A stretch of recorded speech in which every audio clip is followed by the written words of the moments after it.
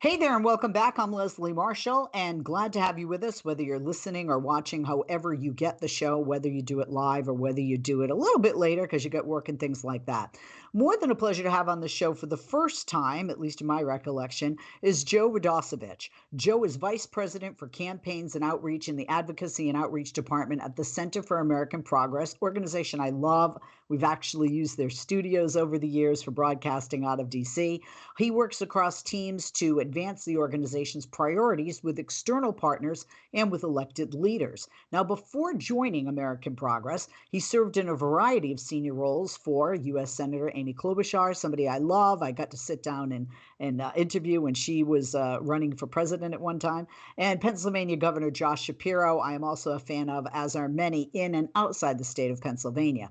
Now, as Governor Shapiro's chief of staff, Joe led the combined legal and communication strategy that successfully defended Pennsylvania's election results back in 2020. It also expanded the role of the Pennsylvania Attorney General's office into labor and environmental crimes. The website for the Center for American Progress Action Fund is americanprogressaction.org. More than a pleasure to have Joe with us. Joe, thank you Thank you very for being much. with us today, and Great to welcome. be on. Yeah. We've, Oh, Shapiro, Klobuchar, let's go 3 for 3. We've had a uh, great time at CAP and doing a lot of work to help so many people just figure out, among other things, how to explain Project 2025, which is what we're doing here today. And I'm glad you're here today because, our former president who is running to be president again, Donald Trump, I think he lies more than my teenage son. And he does it constantly, and Mhm. he's gotten really good at it. Mhm. Some people would view it as eloquently, so that people believe it. And one of the lies, the reason I say lie is he would say, I want nothing to do with, and he said he has nothing to do with Project 2025. But everybody that surrounds him and supports him has their hands or are authors of or co-authors of Project 2025. That's right. We've touched upon it, but I'm glad we're talking about it today because I want to do a deep dive because I do want voters to be educated. I want them to make educated decisions this November. Project 2025 is bottom line. Let's just put a heading on it in addition to that title. It's a plan to seize power and to do it by gutting America's systems of checks and Yeah. balances, which to me sounds like AKA a dictatorship. Yeah. And you never lead with that. But it's because they have all these things they want to do that no one really supports. And people kind of know that, like, oh, they want to get rid of the Department of Education. Most Americans don't want to do that. Most Americans don't like the idea of, getting rid of Head Start, or pre-K for kids, including, most of the rural childcare facilities have funding from Head Start. And the only way they can actually get all that stuff done that people don't want to do is to get around our democracy somehow. And that's why the really new stuff in Project 2025 that's so dangerous is the plan to consolidate power in the presidency. And yeah, Trump says, "Oh, I've nothing to do with Project 2025." Most Americans aren't buying that. That's the good news. There's plenty of data, and a lot of polling is a little suspect, but ask a question like, do you think Project 2025 accurately describes what Donald Trump wants to do? Well, a majority of Americans say yes. So they're on to him, despite the number of lies. And the gutting our checks and balances, it starts with the civil service. People who swear an oath to serve the public, to the Constitution, not to one president, not to one party, and they want to get rid of the civil service. And this is one of the things that he already tried to start doing. He did it in October 2020. He said all these people who have protections with the civil service, we want to make them political appointees. We want to just have more politicians in charge of all this stuff who only report, to me at the time, right? At then President Trump. And it's because it is chock full of all this wild stuff that would screw over the middle class, raise taxes, get rid of education. It's a long list of things that they've wanted to do, and they haven't been able to do it because people don't support it. Yeah, I mean, Project 2025 isn't just, a concept. They have budget plans, that have been spawned from Right. this Heritage Foundation brainchild. We'll get to that in a second.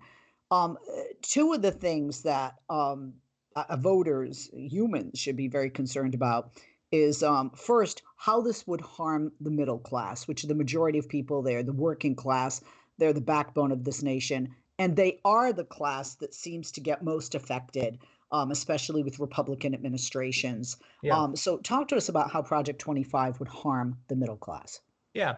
And it's a long list because it's 920 some pages, but some of the things that really stand out, one of them is allowing employers to stop paying for overtime. Right now, depending on how much you make and what type of job you're in, if you work more than 40 hours a week, you get a certain amount of overtime. And that's calculated every week. And people have to pay more if they're going to make you work overtime.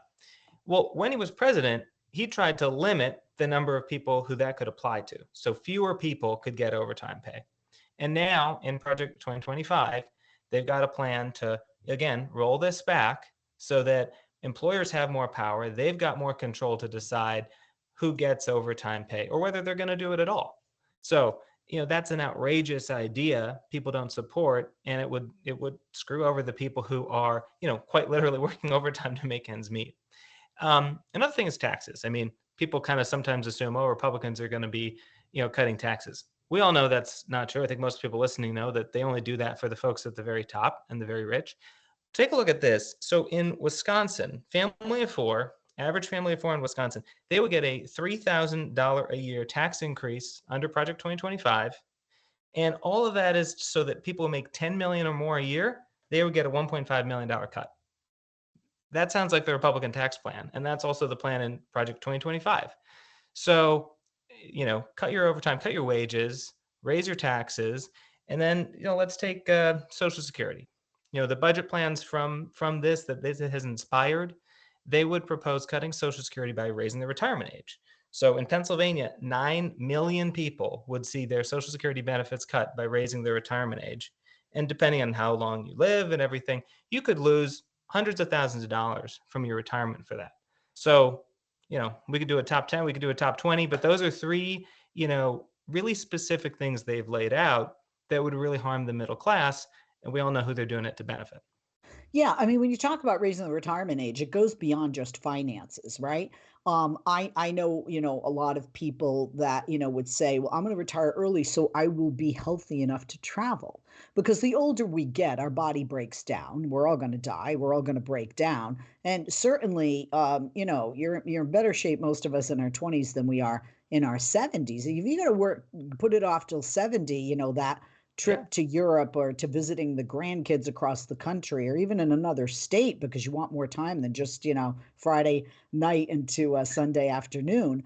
That's just it's just unfair. Totally. It really is just unfair. I mean, do we want a work till we die society with no time to enjoy those golden years, as they say, and to reap the benefits of all that money that you have paid, Right. into, that system.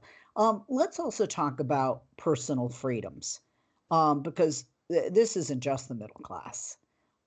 This isn't just the working class. This would erode Americans' personal freedoms. Can you speak to Yeah. some of those freedoms that would be eroded for Americans with No, of Project course. 2025?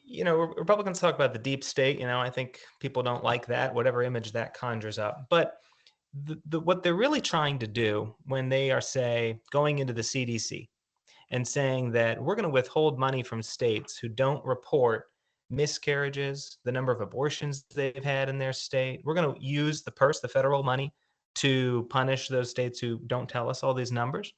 What that really is about is giving more power and control to the federal government, really than they've ever had, to interfere with personal freedoms. It's not just abortion. Thinking about banning books from the classroom. We've seen states when they're under sort of full MAGA control, when this new element in the Republican Party has full control, they are more than willing to use that power to limit the kinds of freedoms that are really fundamental to being an American. What brings all of us together? We all come from different backgrounds, and it's this concept that we get to make our own decisions. You can insert the four-letter word there if you want. And what they're trying to do here is use the federal government, use the power that they would have to limit those choices. So our checks and balances, one of the things they've done over 250 years in our country is protect people's individual decisions, individual choices, and sort of been a block for that government overreach. It's incredible to think, 20 years ago, Democrats might have been called sort of, the nanny state or something like that. But now people sort of understand this new MAGA element in the Republican Party. They're much more interested in controlling people's decisions, right? Controlling what they can do with their lives, who they can marry, than they are in really kind of the fundamental American value, which is charting your own course, having an opportunity, being given a shot no matter who you are. Yeah, absolutely. We're going to be taking a break, but it's interesting that Republicans always point fingers at Democrats, in my party, and say that we're the party.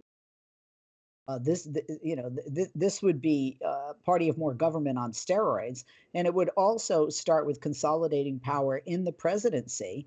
And when you look around the world, countries have done that are authoritarian Right. governments. And how can we, the United States, be leaders in democracy? And that threat to democracy is very real, which is why it's important who you vote for. We'll be back with Joe Radosevich right after this, Vice President for Campaigns and Outreach in the Advocacy and Outreach Department at the Center for American Progress. Check out their website or go to americanprogressaction.org. Back after this.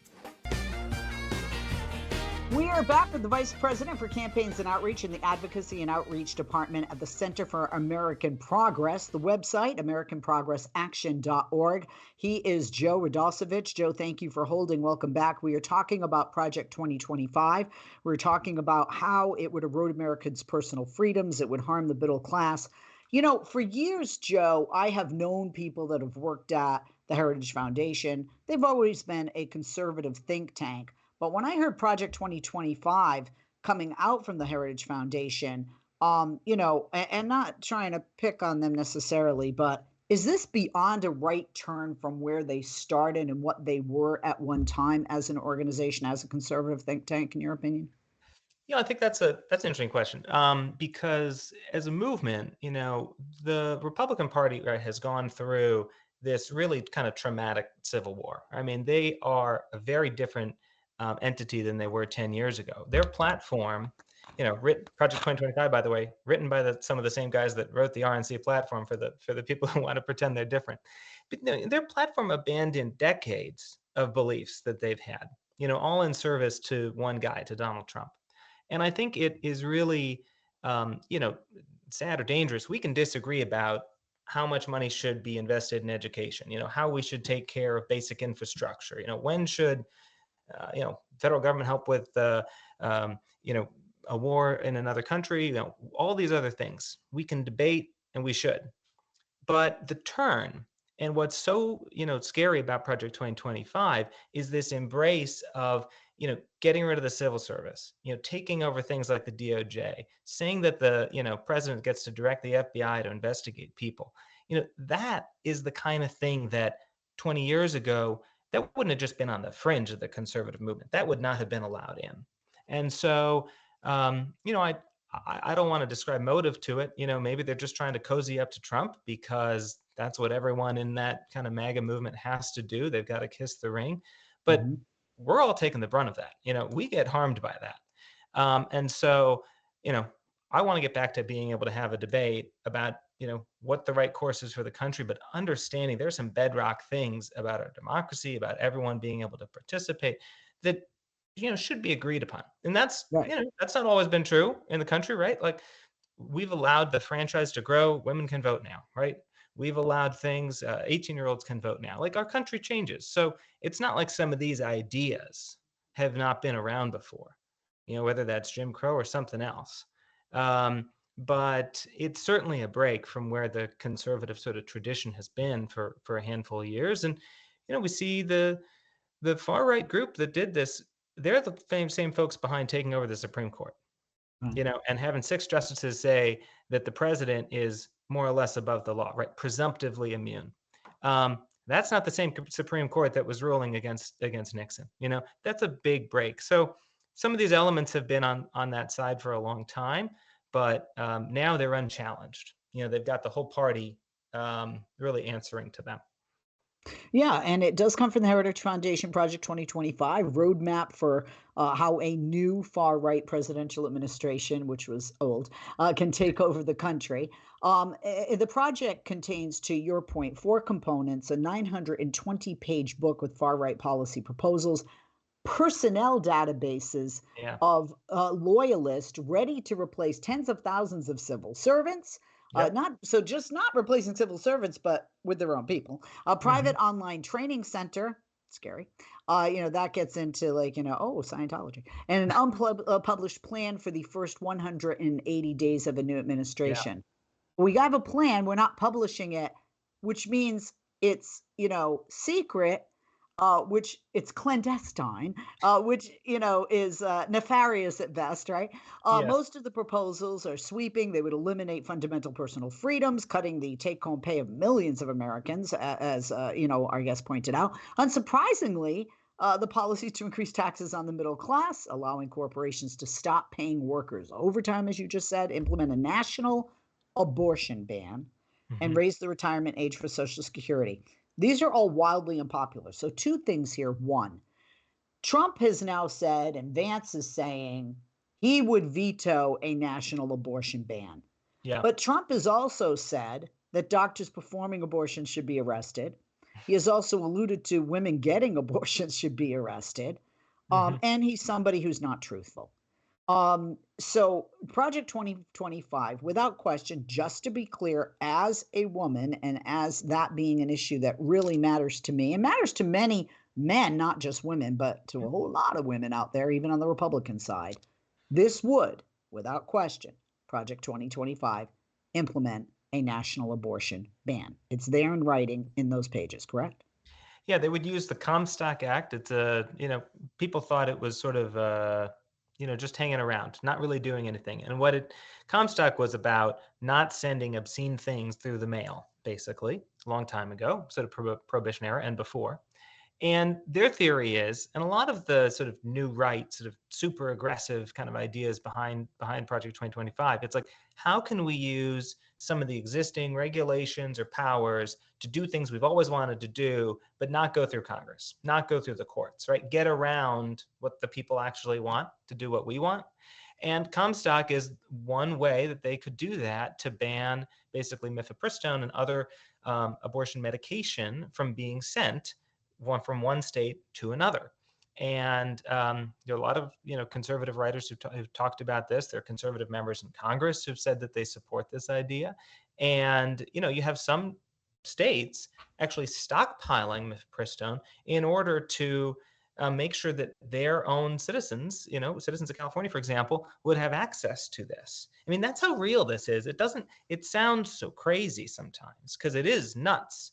But then you realize, like, well, they really believe this and they're willing to do anything to put some of these things in action. So a lot of the stuff in Project 2025, like using Comstock to limit abortion access, is stuff they could do without going to Congress, without going to the courts. And that's part of what's so dangerous about it. Yeah, and also that these are what I don't understand, just from a common sense, and politically common sense perspective, is when you're looking at things like, even put the abortion ban aside, just the retirement age being raised to Mhm. obtain Social Security to 70. This and so many of the Project 2025 proposals are so unpopular. Why would Republicans want to risk that? Especially Republicans that are in, more purple districts. They're more vulnerable themselves, who care about a political future in their political career. Why are so many of them signing on to it, even if they're signing on to it silently or in private? Oh, that's a great question. But when you have a whole political party now that has been taken over by one guy and who just works for the very, very wealthy, whether it's some oil billionaire that wants to, have us addicted to fossil fuels forever, or it's some, tech billionaire that wants us to, get onto his platforms, you start doing crazy things that people don't support. And they rely on people not paying attention or creating enough division that we don't realize that, you know, we're all going to be hurt. We're all going to be screwed by the things they want to do.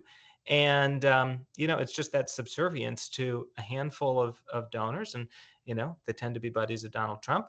to put their agenda in place. And, that is the kind of example of when this happens, the middle class gets hurt in any country around the world. And it is only when we're able to sort of realize what they're doing, they're trying to divide, right, to get more power for the people who really just want, an unlimited amount of tax breaks, right? What was the biggest thing Trump did when he was in office? He passed the biggest tax breaks for billionaires. Didn't help anybody else. Sent us more into debt, whatever. Couldn't build anything. Didn't make Mexico pay for anything. And that was the one achievement. That was the one thing they really did in 4 years. And if you boil all this stuff down for Project 2025, it's taking power away, limiting some of our freedoms because of the crazy they got to bring along, and raising costs, cutting wages, raising taxes on the middle class to help the people at the very top. That's why they're doing it. And it's handing really out more unpopular. and That's handing why. more power to a president who they're hoping is going to be Donald Trump, because obviously 2025 won't be in play if Kamala Harris is elected, and taking any power away from the American people that think their vote doesn't count and they don't have power now, they don't have a say in their government. Hang on to your hats. I'm going to give you the last 60 seconds to say anything you want regarding Project 2025. No, it was a great. Because I know you have an ongoing series from the Center of American Progress unpacking specific proposals in Project 2025. Yeah, of course. I mean, I think for people who want to get in the weeds, they want to dig around, they want to get their hands dirty, understanding all of it, head over to American Progress. We got a lot of different ways. You can look at, what do they want to do with housing? They've got a plan that would raise mortgage rates by $1,200 a month. And that came from Moody's Analytics. That came from Mark Zandi. That didn't just come from us. So you can understand all the ways they want to hurt folks. But, the only way to stop it is in November. I mean, we got to beat this thing. And, I know people don't always feel like their vote counts, but it doesn't matter where you are in the country. You can be in Southern California. You can be in a deep blue district. Your vote still matters. There's still elections that are really close for U.S. House, for other places. And only 40,000 votes all around the country in 2020 decided the last election. Only 40,000 votes. So, you've got an aunt, you've got a friend, you've got somebody, you've got 70 days left. Make an uncomfortable call, do a little work, because the only way to stop this thing is with a big, overwhelming win coming up in November. And that blue wall, Wisconsin, Michigan, and Pennsylvania, the majority of you listening to me from those or watching me from those states, you are the majority of the working class. You are the majority of the voters in those states. And those states, it may come down to deciding. And like Joe pointed out, in terms of voting numbers, that's a handful, right? Yes, it is a handful.